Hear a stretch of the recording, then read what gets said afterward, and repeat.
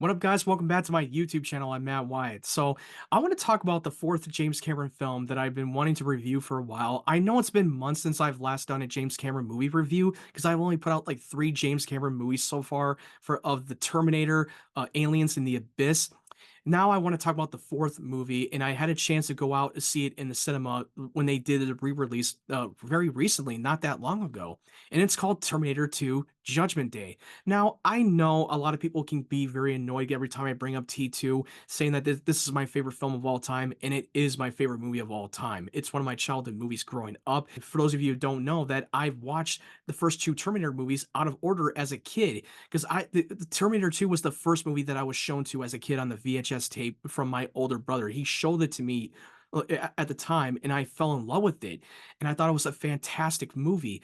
And this took like several years for James Cameron to make the sequel, because the first movie came out in 84 and the second film came out in 91. And this was a year before I was born.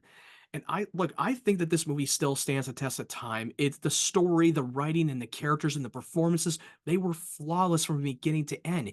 This could have been like another generic B-list action film, but no, it really set the groundwork. And it became one of the most classic films of all time. And it's like I said, this is my favorite film of all time, and it's one of my comfort movies that I would watch over and over again and never gets old.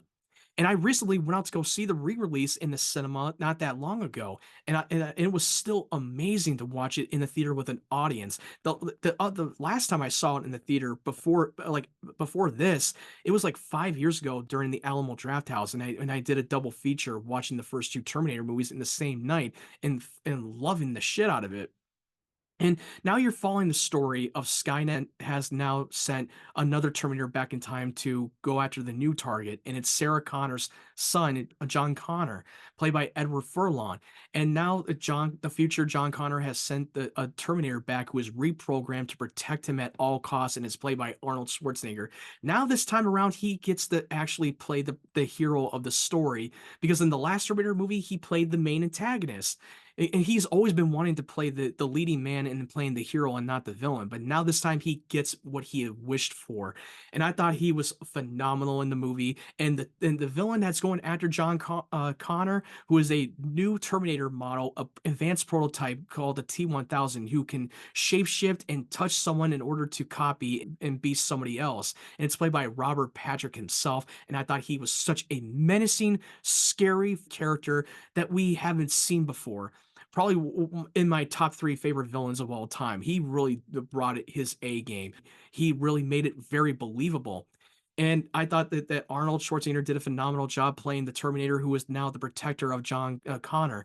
And the actor Edward Furlong, he has never acted in his life before. From what I have heard, from what they said, that James Cameron grabbed him from the Boys and Girls Club and offered him the role to play John Connor. And most of the stuff in the movie had a little bit of ADR work at the time, but I thought Edward Furlong brought his A game to his performance as well. Then we got Linda Hamilton, a returning character to the first one, who is now a mother, and she is a trained warrior who has been for years but trying to train her son John Connor to be the military leader that would lead the human race to freedom and defeat against the machines. But you're seeing her character being traumatized and having nightmares every night because she knows a certain date for when Judgment Day is supposed to come, when Skynet becomes self-aware. She gets nightmares every night, and she is traumatized, and she has to do everything she can to keep fighting. And we see her that she's been to a mental hospital because she got caught by trying to blow up the factory. An AI Skynet is going to take over the world, and it will end the human race. And nobody believed her, and it locked her in the mental hospital, and it sent John Connor into a foster home. Feels very real to you. On August 29th, 1997, it's gonna feel pretty fucking real to you too. God, you think you're safe and alive? You're already dead. Everybody, you're dead already. She was literally the heart of the movie. She narrates the story, and I thought, and even though that Arnold Schwarzenegger on paper is the leading character, This is more Sarah Connor's story. She is the heart of the movie of it all, and she became my favorite female action heroes of all time. She is a queen. Linda Hamilton really got ripped for the role. She's no longer playing the damsel in distress that you saw in the last movie. She is now a badass. This is my favorite of her performance, and she should have got an Oscar nomination or probably win. And and for me, the action set pieces, especially on the motorcycle chase when John Connor gets chased by the T-1000 in the street of Los Angeles, and then you see the Terminator Arnold, who's on a Harley bike and who's trying to go and rescue him. That to me is my favorite chase scene in the history of films. Period. Especially the Brad Fidel score that really puts you on the edge of your seat, and it felt so natural and organic. And the way that James Cameron did the camera work was so well crafted. I felt like I was in a living city of LA. I love when chase scenes had stakes. I love how they built a story around it and you really felt it. You're really with them in the chase. And it was awesome. It's easily my favorite of the whole movie. And also there's another scene where Sarah and John and the Terminator are getting chased by the T-1000 in the third act. There was a helicopter chase that I thought was so well choreographed, and it was not done in the CGI because most stuff in action movies these days, when they try to do a chase scene in the vehicle, whether it's cars or maybe more in the helicopter, mostly gets done on a green screen and CGI, and it just doesn't always look that good. Now there are some that are practical, but this is one that still holds up to this day. There's a one-liner that gets mentioned every time. Hasta la vista, baby. Or come with me if you want to live. Hasta la vista, baby. Come with me if you want to live. Now, just in case if those of you who don't know that he didn't say that line, come with me if you want to live, first. The character that said it first in the first movie was Kyle Reese, who said that line first. But Arnold is the one that really brought that line and owned it. And most people, when they think of that line, they think of Arnold Schwarzenegger from T2. And when Sarah Connor meets up with the Terminator, who sees the Terminator as the enemy because she is still traumatized from her past experience from the first Terminator that tried to hunt her down and kill her. Now that she's becoming an ally for this new T-800, and I love how she's starting to slowly like come around and started to really trust this Terminator, that he is the one protecting John Connor. And I love the screen time between John and the Terminator. Like, he wants to learn about what it means to be human and learning the value of human life, even though he's a Terminator without a soul and without a conscience, but you really bought into that performance. And John Connor sees him more like a father figure to him. And it was so well compelling. And now we meet up with Miles Dyson, the man who is responsible for bringing Skynet to life and responsible for the destruction of the world. And it's played by Joe Morton. I thought his character was so good. Now, if you have watched the special edition, which it's supposed to be the extended cut, you see a lot more screen time with his character, and you get a little bit more character growth with him and his wife. And I thought that scene was so good, and I wish they would have put that back into the movie. There are a lot of scenes that were cut out in the theatrical cut that I wish they would have left it in, because to me, the special edition is the superior cut of the film, in my opinion. And I thought Joe Morton really brought that performance, and I thought he was so good.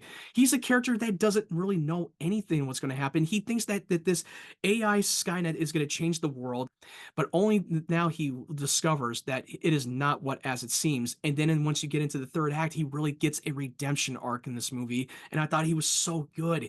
Even in this, even before that, before he gets a redemption arc, it comes across with Sarah Connor, who is trying to assassinate him, and you get this moment with Sarah, who is about to gun him down and sees him as a human being, because before that she saw him as a monster. And she gets a moment of choice. If she pulls that trigger, that she is no different than the machines that she's been trying to fight. Now, overall, I fucking love this movie. I thought it adds so much weight. It added so much heart. Even though that they have been trying to do this Terminator sequel for years, like Terminator 3 Rise of the Machines, which I thought was pretty decent, but not great. And they did Terminator Salvation, was probably my least favorite out of all of them. Then they tried to do a prequel soft reboot of Terminator Genisys. I know it's called Genesis, but I'm calling it Genisys because they added that Y shit. It's stupid. and it was another letdown of a follow-up movie. And then they try to go back to from the groundwork and did a Terminator Dark Fate, which is supposed to be a direct sequel to T2, which it still hasn't done anything, and it became a disappointment. It's probably one of those franchises that they should have just left it to rest. And at the time, after T2's big success, they had a Universal Studios where they did a live show of a T2 3D Battle Across Time. And it was a live show, and I remember going to that place as a child and loving the shit out of it. I went there many times. They shut that down years ago. I think it was like 5 or 6 years ago when they shut that down. They no longer have it anymore, which is a kind of a bummer because it would have been so great if they still kept it because it is a show that was so special to me, and especially when it was done at the helms of James Cameron himself, and the way he did the 3D work was such a groundbreaking as I've seen in any live show at Universal. Now, have you seen T2? What did you think of it? Did you really love it? Or you're someone out there that didn't really love it and wasn't made for you? But I can't imagine anybody else have not loved T2. I mean, I understand all films subjective, but if you didn't love this movie, then I don't know what the hell you've been smoking, because that movie is flawless and that will still hold up to this day. And one of the things that I forgot to mention, there's another sequences that I really loved was the opening scene in the war between man and the machines. I thought it was so done on the practical standpoint. I love how they were able to capture the Terminators in a practical stunt work, especially when they were using miniature models at the same time. And I wish that Hollywood does more of that. I wish they would have taken more chances by using some of the miniature models, and you can do so much to make the effects sequences more realistic instead of just done on green screens or the volume or making it too much of a CG fest. And I still wish that we get a proper future war story as a film. And I would have much rather have James Cameron at the helm directing it. Now I know he's already working on more sequels of Avatar, and that's great. Don't get me wrong, but it would have been so much better if he was at the helm and directing it and give us a proper future war story that focused on the perspective of Kyle Reese and John Connor and built a story around it. Now, look, I already know that they already tried that with Terminator Salvation, but it just didn't pay off as much and it wasn't well executed, at least in my opinion. The Brad Fidel theme is a major upgrade. Thank you so much for watching my video. Make sure you leave it a like and subscribe to my channel for more videos to come. I appreciate your guys' support, and I think that the next James Cameron movie that I will be reviewing, I think that after T2, he directed True Lies, which it already got a 4K release. Now everybody can watch it and have a chance to have access to that film, which is one of the most underrated James Cameron movies of all time. That it became a cult classic, and I can't wait to review that movie next. And if you want to follow my social media platforms, the link tree will be down in the description down below. I'm more active on TikTok, Twitter, and Instagram. I hope you guys stay safe and take care.